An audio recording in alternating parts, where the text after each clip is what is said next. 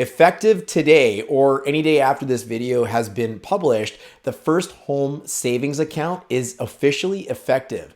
This is a tax-free vehicle that is a momentous deal if you are someone who is looking to purchase a home. First-time home buyers, be on absolute high alert because this program is a real game changer. And this is true for someone that might be 18 years of age and just saving for their first home, or you could be 60 years of age and just getting ready to purchase your first home. It doesn't matter. I'm joined on today's video by Richard and Matthew Vetter, certified financial planners from wealthsmart.ca based out of Richmond. And we are gonna dive directly into the tax-free first home savings account. You're gonna come out of today's video knowing everything you need to know about the program and lots of things that you don't, and why this is such a momentous opportunity for anybody looking to purchase a home. We're also gonna arm you with the information that you need to get started, and you're gonna feel confident in what the path looks like to start the process of getting involved with your first home savings account. This is a pretty big deal, so make sure you pay attention. You also wanna make sure you hang around to the very end, because if you are someone looking to buy your first home,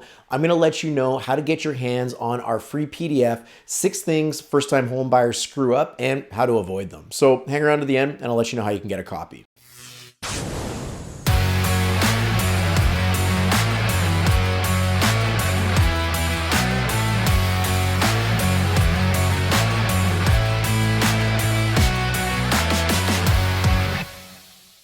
All right, so we are here to talk today about the tax-free first home savings account. And I really appreciate you gentlemen joining me. I've got lots of questions about it. What I would love to have come out of this is obviously the viewer just has a very good idea of what this program is, what it's going to allow them to do, and really how it's going to help them buy a home. It's pretty neat to see the government getting really serious about housing. And this is like a little gift from the government. So I guess, first of all, before we kind of get into some of the granular details, I was just curious what your thoughts are on this announcement and this program that's being offered to first-time homebuyers.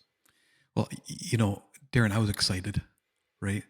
Because it is so rare that a government will give a pure tax shelter. Okay, we get tax deductions, we get tax deferrals through the RRSP, for instance. We get the tax-free savings account, the TFSA, which is we use after-tax dollars to put in, and then there's a tax deferral and a tax-free withdrawal. But there is no other vehicle that that doesn't carry risk, that allows you to deduct what you're putting in. In other words, to exempt that contribution from taxation, that allows you to grow it tax-free and allows you to withdraw it tax-free for the purpose of saving for a home. So it's a matter of it's a policy decision by our government that tells us that they are very serious about helping young people or anybody, any first home buyer, get into the market. So excited about it. Yeah, thanks, Richard. I agree. I think it's really great. And you used an acronym there, RRSP and also TFSA. So how does this new product compare to both of those? Like if somebody was going to invest their money in this FHSA, I got to get all these acronyms down. What would, how are they similar? How are they different? Well, I'll give you an example. Let's say somebody's making $68,000 a year. Okay. If they decide to put, normally they are taxed on that full $68,000 of income. Okay. So with an RRSP, if they put $8,000 into an RRSP, a registered retirement savings plan, that will reduce their taxable income to $60,000. They will only pay tax on $60,000 and not tax on the $8,000, okay, that they're putting in. So along the way in the RRSP, you grow that capital tax-free, but when you withdraw it in your retirement years, it's taxable. If you withdraw it under the home buyers plan, which is another home savings vehicle, you're allowed to withdraw up to $35,000 per person for a first home, but you have to pay it back. Whereas, and so getting to the tax-free savings account, the TFSA, that's a vehicle where if you have $68,000 to put in and you put $8,000 into the tax-free savings account, well, guess what? You're still going to pay tax on your full $68,000 of income. You don't get a deduction, but it grows within tax-free. And when you take it out, it's all tax-free. But again, the first home savings account If you're making 68,000, you put 8,000 into a first home savings account, you'll only be taxed on 60,000 of income. That 8,000 that you put in will be tax free. It will grow and you won't get a T3 slip. It will grow tax free. And when you take it out to put it into a first home purchase under all the qualifying rules, you will pay no tax on that withdrawal. So does that kind of explain the difference between those three vehicles? Yeah, it's amazing. It's almost like it takes the best of both worlds from what you get with an RRSP and also with a TFSA, which that makes for an incredibly strong vehicle for a first-time buyer to help save for a home. And Matt, I've got a question for you as well. Yeah, of Now, course. the definition of first-time home buyer, the way that it's described and whatnot, who would qualify as a first-time home buyer, and also can they come back to life after if somebody was to purchase a home, for whatever reason, not own that home in the future, and then later on down the road, would they be able to reuse this at a later time? hmm Great questions. First time home buyer, the way that they're qualifying it is you haven't owned or lived in your primary residence in this year or the prior 4 years. Now, you also need to be a Canadian resident. They say at least 18 years, but in BC, because of our legal age, you need to be 19 to technically open one of these up. Oh, good point. There you go. That's why you talk to the experts. And so, what about how much can you actually put into these accounts? Yeah. Like I know with RRSPs as an example, and with TFSAs, there's limits on there based on maybe your income or what the government is allowing for that yearly allowance. So, how does this one differ? What's the ability to put money into this program? Great question. Uh, so it's $8,000 a year, up to a maximum of $40,000. Now, if you contributed $8,000 every year, it would, of course, you'd have 5 years of contributions, and you would get the $40,000. Now, the whenever the whenever there's limits on a plan, so number one, there's RRSP contribution room, there's tax-free savings contribution room. That kind of points you to the power of this. And we were talking about the three deduct, or the deduct, the shelter, and the tax-free withdrawal, and why that's so important.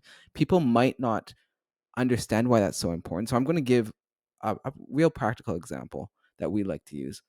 Now, imagine you have a bucket that represents your savings or your investments or any type of money you're putting towards a goal. Imagine if that bucket had holes in it, and those holes are either from taxes on the growth, taxes on your income, or taxes on the withdrawal. What do you think is going to fill up faster? Do you think the bucket with holes is going to fill up faster, or the bucket without holes is going to fill up faster?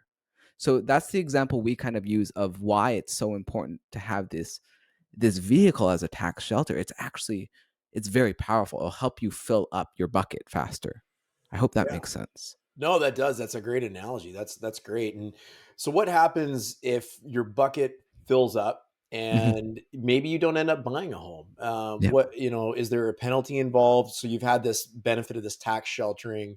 You don't end up buying a home. What happens to that money, or how long can you hold on to it? I guess maybe as well before you have to make a decision with it. Yeah. So with the first home savings account, the plan has a lifetime of 15 years. Okay. Or if you open it up late, you can only carry it to the maximum of 71, the age of 71.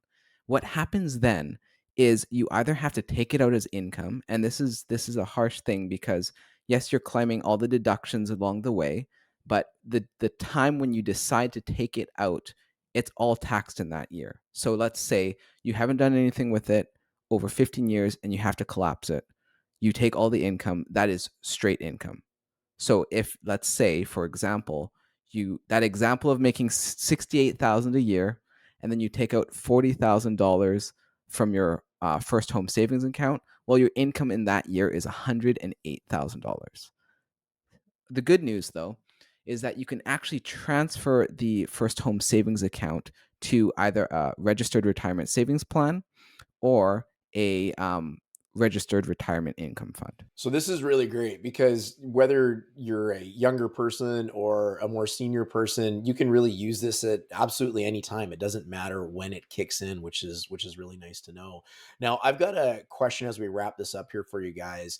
So we've got this home buyers plan, which is where you can remove money from your RRSPs, but we know that you, as you mentioned, have to repay those. And now we've got this FHSA. So can you use both? Like, what do we know about this when it comes time to buying a home for somebody? As it stands now, you can use both. So, for example, if you maximize both, you would be able to have access to $40,000 plus the growth in the first home savings account, plus $35,000 from your RRSP from the home buyers plan. Whether you decide to use it, it's a difficult question, and it depends on your circumstance. The thing with the home buyers plan is that you will need to repay it over 15 years. So if you don't want to have that burden of repaying that over 15 years, you can simply just use your home buyers plan. But again, if you need more funds, that option is also there as well. Right. Which is really a win for the consumer and Sure. the Canadians, because hey, more ability to buy a house is always a good thing. Gentlemen, I want to thank you so much for joining me. I am going to link your information below this video, but where can people find you if they want to get in contact and maybe book a call with you? Well, people could check out our website, wealthsmart.ca. We also have, we're quite active on Instagram under the WealthSmart handle. Richard and I are both on there, and we have clips from our podcast.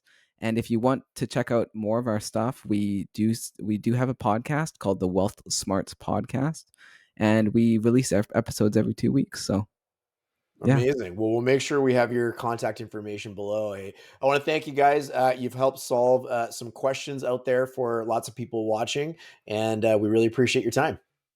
of course. Thanks for having us. So there you go. What do you think of the new tax-free first home savings account? Is this something for you? If you're curious about getting more information about the first home savings account, make sure you reach out to Richard and Matt. Their information will be down below in the description. And of course, while you're snooping around down there, don't forget at the start of the video, I let you know that we have a free PDF about the 6 things that we see first-time homebuyers screw up all the time, and some advice on how to avoid them, all together in one sweet little package just for you. That's down below, so please make use of the free information. We think it'll be a great value to anybody out there looking to buy a home. And of course, as always, if you're someone out there that's maybe lost or a little confused about the what next steps might look like if you're looking to either buy or sell a home and you're in our market area of Surrey, British Columbia or surrounding neighborhoods, you got a link down below to access our calendar where you can book a time to chat with us and we can see what we can do to help you with your challenges. Hey, look, I want to thank you for watching. Thanks for subscribing. Make sure you leave a comment below and let me know what you thought of this information and if you have any other questions that we can help you with. And other than that, we'll definitely look forward to seeing you on the next video. Cheers.